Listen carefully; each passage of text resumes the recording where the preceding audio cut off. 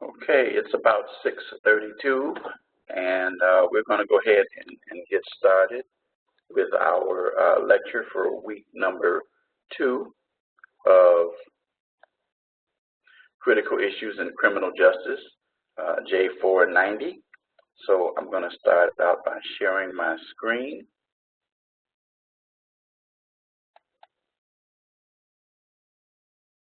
And not this one,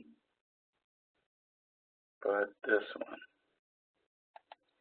That's it. Okay.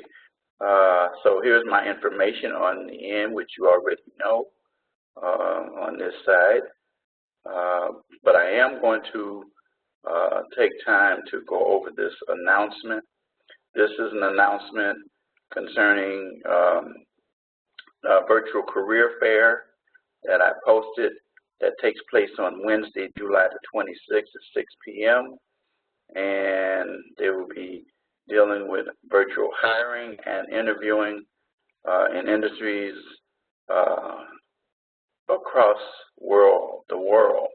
And if you're interested in this, you can sign up at this link.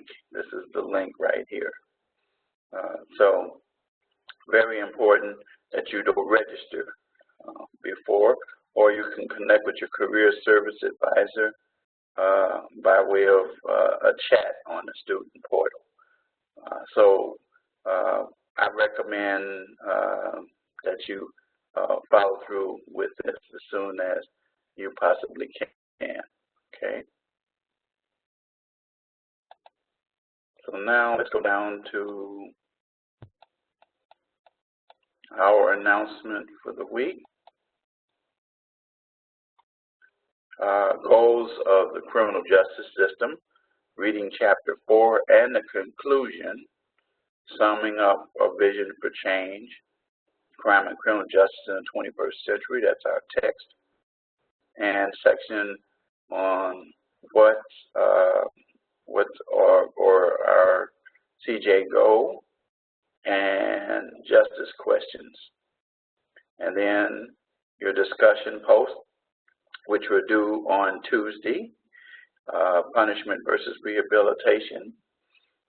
Notice that we're on Tuesdays for discussion posts, and that reply posts are due by Saturday, 11:59 p.m. Central Standard Time. And you guys are doing pretty good with posting discussion posts that are satisfactory according to the rubric that I've provided for you. Okay. And then that's it. Adversity is a springboard to success. I remind you that I worked hard to get through college and expect you to work hard. There's some detailed stories that are involved in that, and I would share that at some point, hopefully before the quarter is over. So let's take a look at the calendar.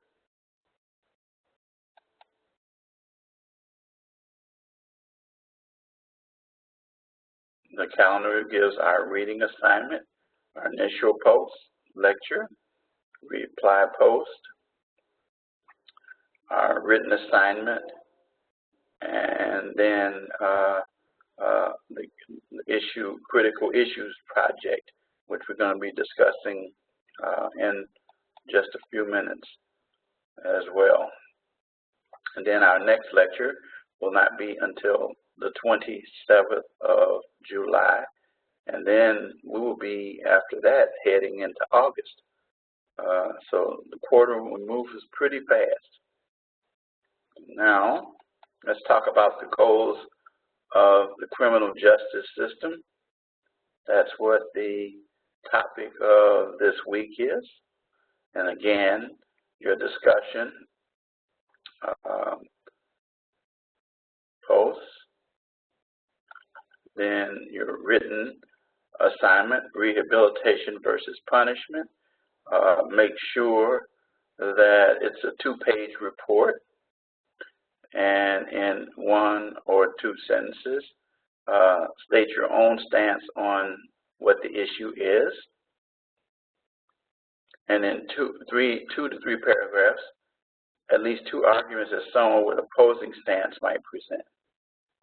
Provide detailed quotation example from research that you concluded, and then conclude with a brief evaluation of how this analytical exercise of imagine your opponent's point of view might influence you or give you a deeper appreciation of the critical issue that you have chosen to review. Make sure you have citations in the body and references at the end, as you will be graded on APA format. Okay, make sure you will lose points if you don't have citations and references. And also please have a cover sheet as well. Okay. I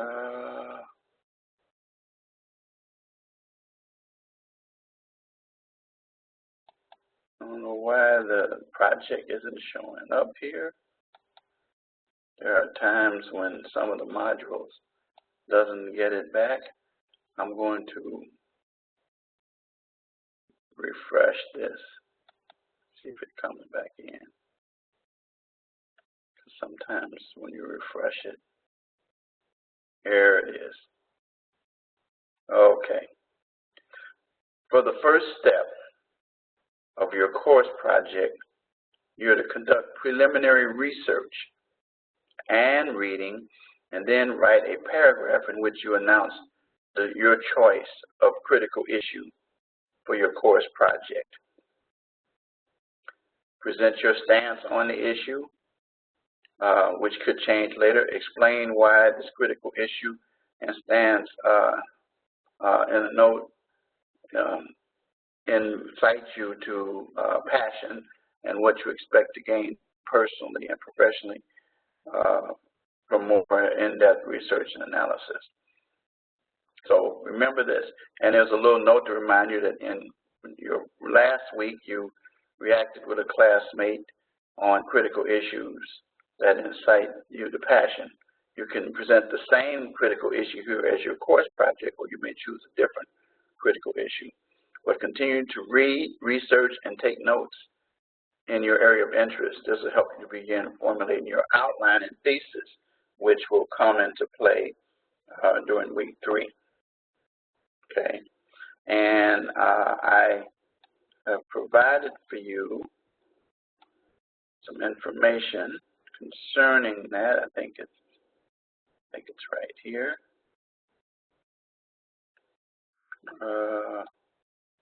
Yeah, guidelines for the project. This is your scoring rubric, which I gave you. A paragraph presents the choice of critical issues. You'll get 5 points for that. Stance on the issue stated. Another paragraph, you'll get 5 points for that. Explain personal and professional benefit for studying chosen issues in more depth. You'll get 5 points for that. And then 5 points for the standard mechanics, spelling, punctuation, grammar, writing style, and APA is included in those 5 points as well. And all the way down for each week, you have the guideline for the project. Okay. And then, of course, writing your introduction, things like that, building your annotated bibliography when you come to that. I actually have given you information about that already, so you have that. So the key thing is make sure that you satisfy the rubric for rating for your written assignments. Okay. So now let's go to lesson content. All right. Again, here are your assignments. And then what's our CJ goal and justice questions. And then your assignments that I just went over with you, the discussion, written assignment with the parameters I gave you for that, as well as your critical issues project. Choose your critical issue. Okay. Now, So what's our CJ goal? What is criminal justice all about? And what are we doing here? What critical issues are we talking about? So let's say, for example, if you got rehabilitation or punishment, but let's say if you chose punishment, it'd say the answer the following question one way. If it's rehabilitation, you would answer in a different way. So the questions you ask yourself is, in terms of one topic concerning juveniles, should juveniles be charged as adults? Should you apply rehabilitation, or should you apply punishment? Should inmates be allowed to pursue college degrees? I am personally one of the individuals who believe that education is a key to rehabilitation or changing the direction of criminals. And there's a strong correlation between little or no education and increased crime. And so I think that overall it would benefit society. Again, I'm more on the rehabilitation side, so you should be aware of that. But inmates who get college degrees have demonstrated propensity to go in a new direction and not become recidivists. So it's a good thing for society because it takes those individuals in a new direction. And oftentimes what happens with these college-educated inmates is that they don't continue with crime, but what they will do also is they will communicate with individuals who have been criminals, and they would be able to communicate and connect with them because they were once individuals who committed crimes themselves. So some people feel like, well, that's a public expense. Well, it is also a public expense to house, feed inmates, and provide for them while they're incarcerated. And it has been demonstrated many times that it is cheaper to educate than to incarcerate. Should ex-convicts be allowed to reinstate their right to vote? Well, it's just like anybody else. If you've done what you served your time, there's going to be individuals, you're going to probably at some point, hopefully, be able to work and become taxpayers. And if you are taxed, then you should be able to have the right to vote about who those individuals are. So I don't think just because you committed a crime that the right to vote should be removed from you permanently. Should we build more prisons? Well, is that an answer to our societal problems? I don't think so. We don't have enough prisons to lock up the people who commit crimes because there's overcrowding already. And there are budgetary issues that have created the overcrowding as well. So how are we going to build more prisons, or why should we build more prisons for individuals to incarcerate them? So again, I've answered that pretty much with the determination that education is better than incarceration. Should sex offenders be placed in civil commitment? That's an issue that I'm not really sure about. I haven't reached a conclusion about. I do think, though, once again, these individuals who are sex offenders, there are different degrees of sex offenders. A person becomes a sex offender even by public urination in some jurisdictions. That's unfortunate. And then there are times when individuals can become sex offenders in rape cases where there's a possibility of consent that may have been involved with the individual. But anyway, the bottom line is that I'm not really at a conclusion about that. It would require some research, and it's a good topic to consider in terms of a critical issue that we need to look at. We already know that those individuals are going to be required to register, and we're going to know who they are and where they are most of the time. So then we come to the ultimate question: do we punish or do we rehabilitate? Punishment is punitive and involves depriving individuals, building more prisons. That goes back to that point about building more prisons, more stringent policies. Harsher laws emphasize punishment, longer sentences. Such methods may make the public feel safer and more convinced that the leaders and criminal justice are being intolerant of crime. The only problem, again, that I have with that is that individuals generally are not going to be held for a long period of time. In addition to the fact that the longer you're in prison, the harder you become, the more likely you're going to be a recidivist.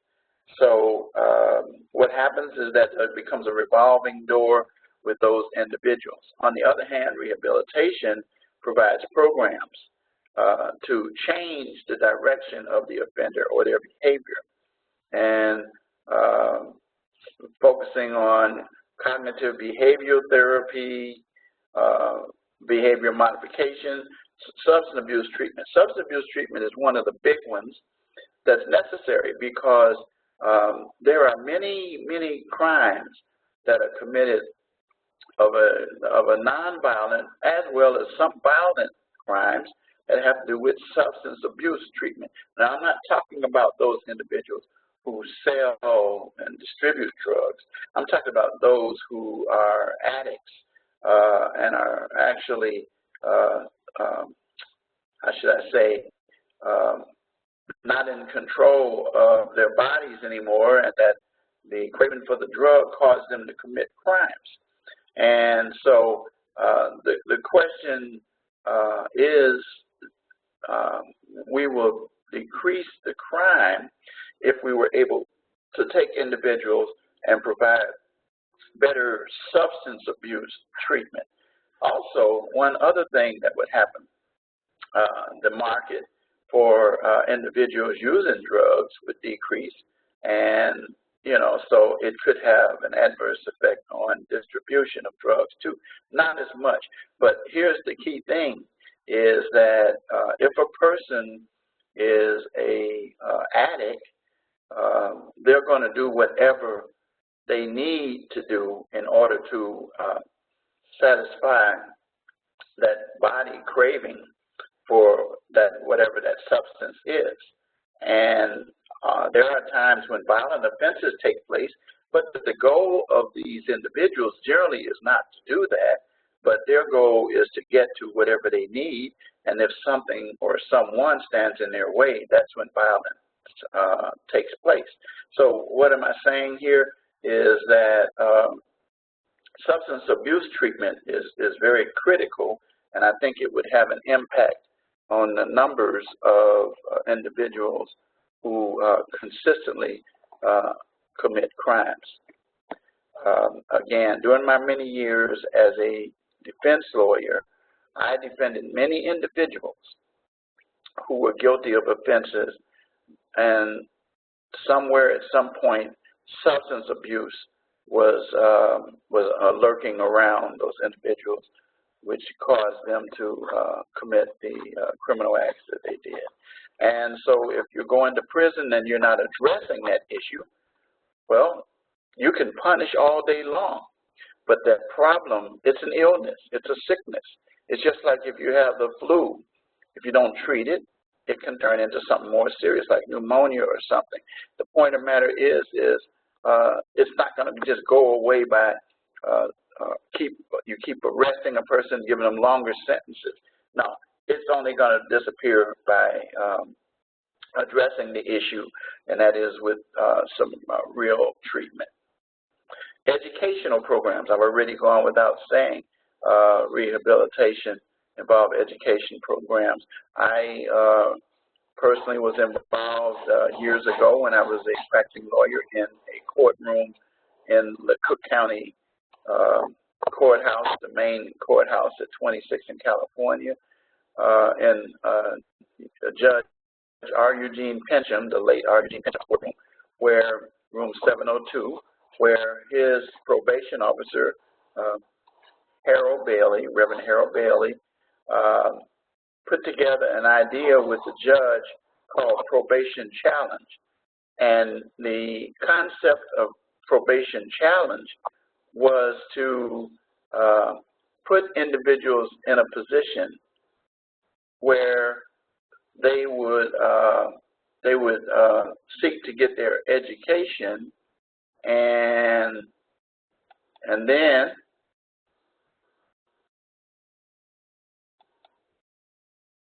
okay, let's go back to sharing the screen.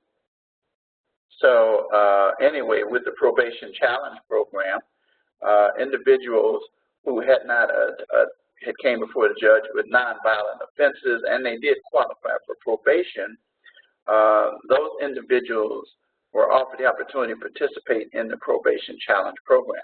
And what the program offered was an opportunity for individuals to who had not attained their high school diploma or GED to be given a choice to seek to get their GED or go to jail, one or the other. Well, of course, you know what happened is people picked the GED, and you'll be surprised that there were individuals who really went through that program, obtained their GEDs, and they went in a whole nother direction in life.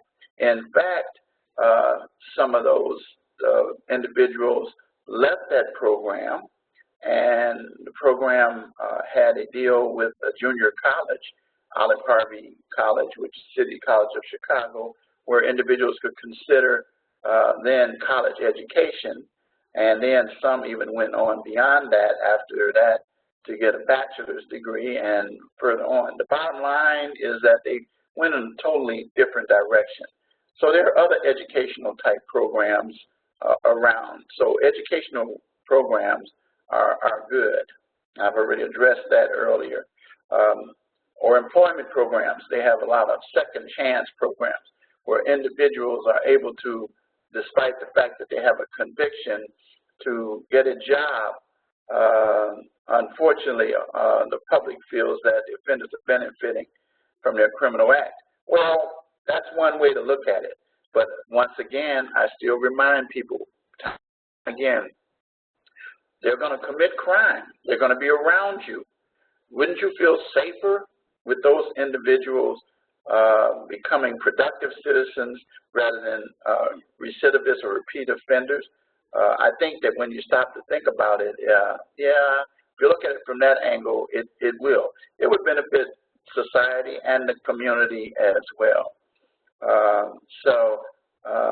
But it's ridiculous for anyone who thinks that a person commits a crime to get a degree. I haven't witnessed that. I don't even know why that statement is even considered. I don't know anybody who considers that statement.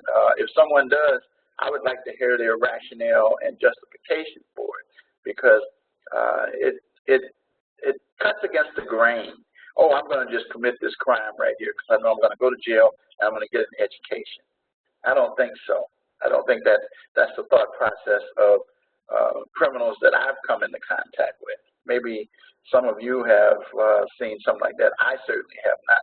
I haven't seen any studies that demonstrate the propensity of individuals to commit crimes so that they can go to prison or go to jail to get an education. I just don't see it. More damaging, the public often feels that rehabilitation doesn't work.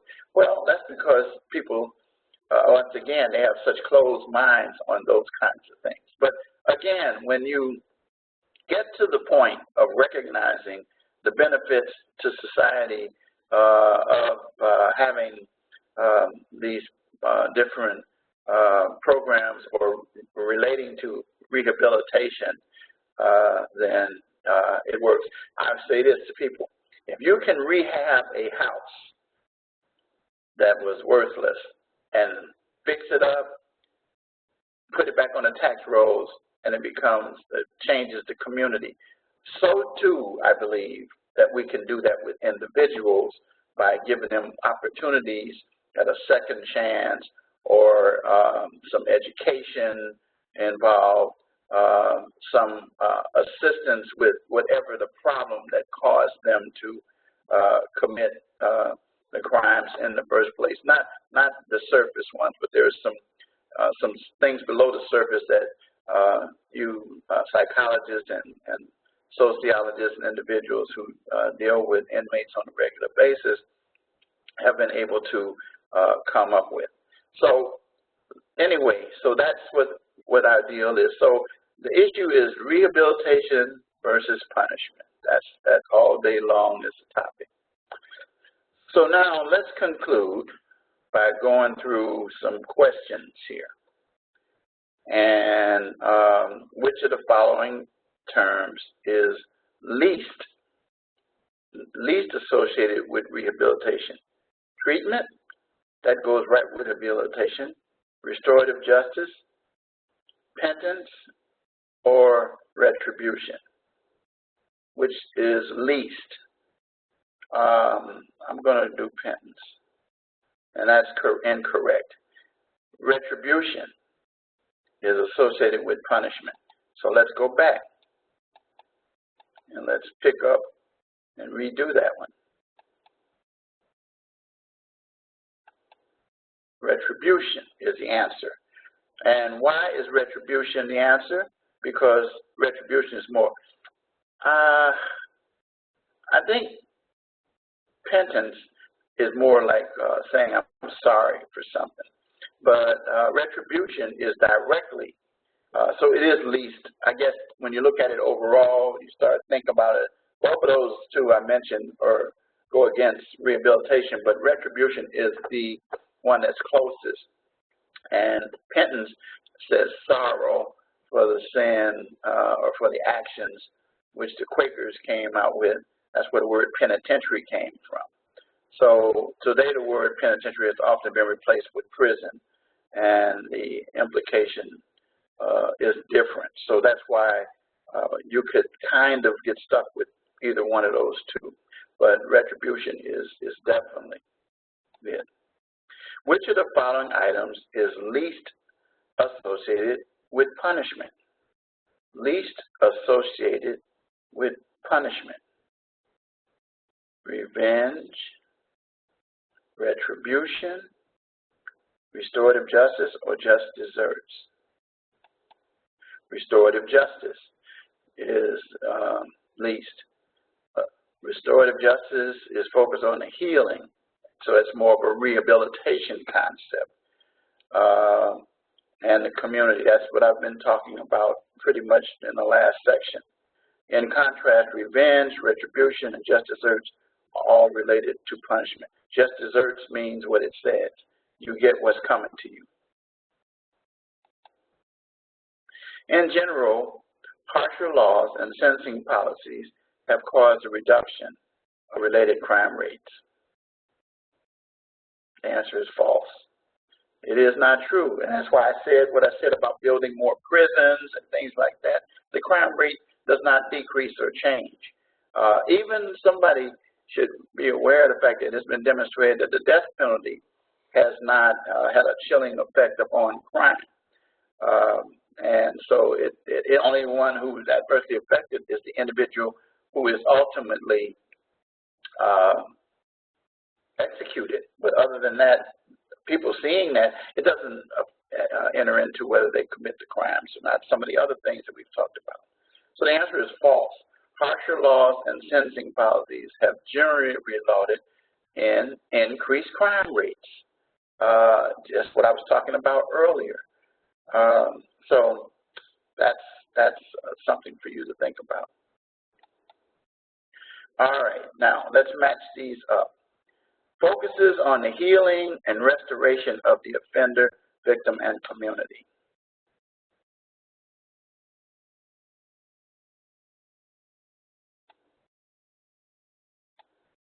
restorative justice. We learned that a few minutes ago. The idea that offenders should feel sorry for their crimes, well, we already know that one. And that's what penance and penitentiary. The idea that an offender should get what's coming to them, I already told you that's their just desserts. And then, of course, the final influence or scares criminals not to commit crime, deterrent effect, which doesn't seem to be effective in reality. And that's the end of that. Okay. So that's about it for today. If you have any questions, feel free to reach out to me, and I'll be happy to provide you with answers and information to your questions. So have a good rest of the week, and I'll see you in 2 weeks with another lecture.